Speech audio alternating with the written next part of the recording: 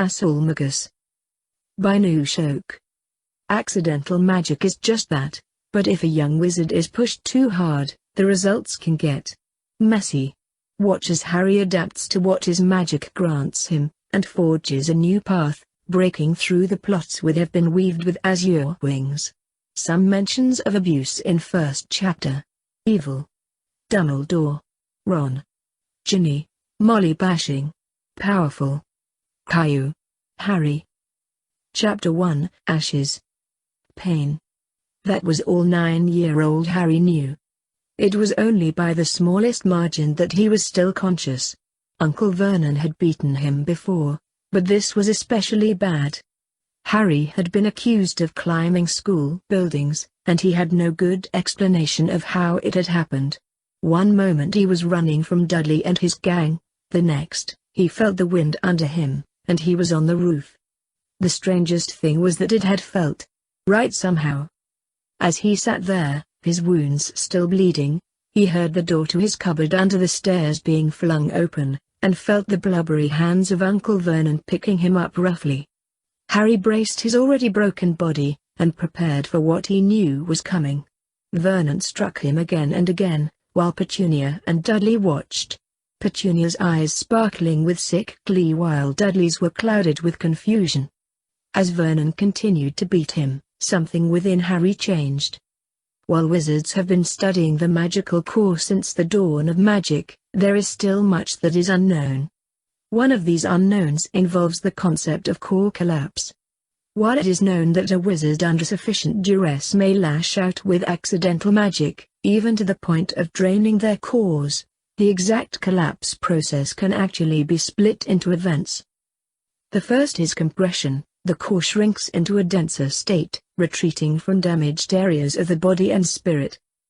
The second is overcharge. The now denser core begins to build up energy, far beyond its normal capacity.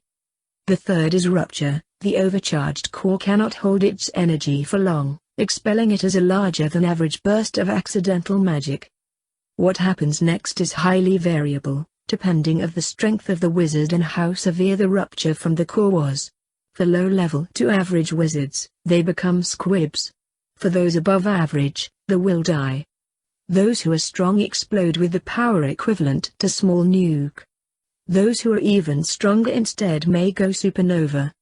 Those of Archmage tier power can collapse into a miniature black hole, which quickly consumes itself. As well as a 10-mile diameter, 523.6 cubic mile, sphere around them. Of course, all these scenarios fail to take into account anomalies, sudden occurrences of pure chaos which intake some of the energies involved, causing truly unpredictable outcomes, which can in fact include core rebound and metastability. In the case of one young wizard named Harry Potter, the events occurred as such. Harry, despite his young age and lack of training, and serious restrictions placed upon him, had an Archmage tier core. As such as his core collapsed, it quickly reached and surpassed the density of a neutron star. However, before it could become a singularity, chaos intervened. Elsewhere in reality, a nesting mother dragon wept over one of her eggs. It was cold, showing no signs of life. The spirit that would have been part of its child instead moved towards the next life. However, fate had a different plan. A vortex of chaotic energies sucked it in, and pulled it into the maelstrom of energies surrounding Harry Potter.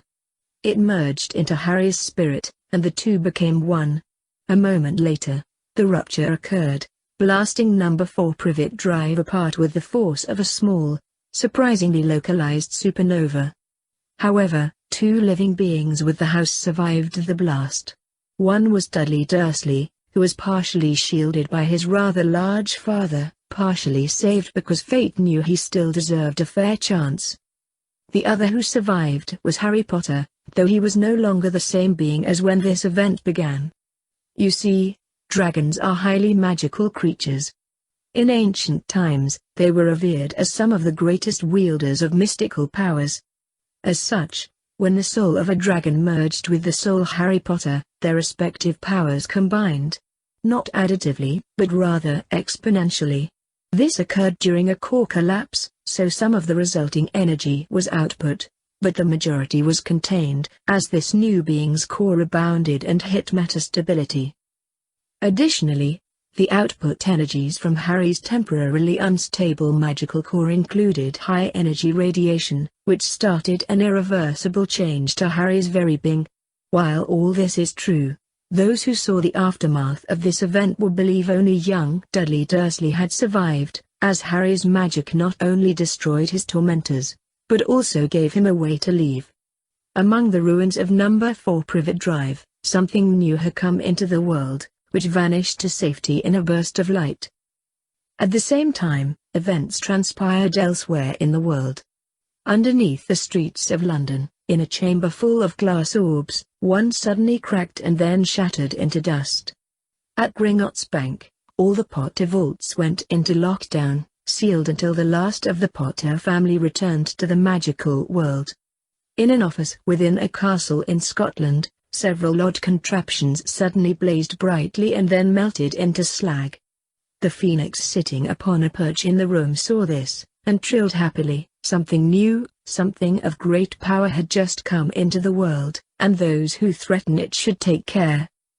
Monster Island, somewhere in the Pacific, coordinates redacted. A certain day Caillou felt a pulse of radiation run across its home, and stomped out of its cave to see what had caused it. On the beach there was a Caillou, one which he'd never seen before. Godzilla, the king of the monsters, looked over the one before him, noting it was still in the process of mutating. He understood that nothing could be done at this point but let the change run its course. The new Caillou was changing rapidly, its skin becoming cobalt blue scales. Its singular head had a shape similar to Ghidorah's or Manda's, however this creature seemed to be unrelated.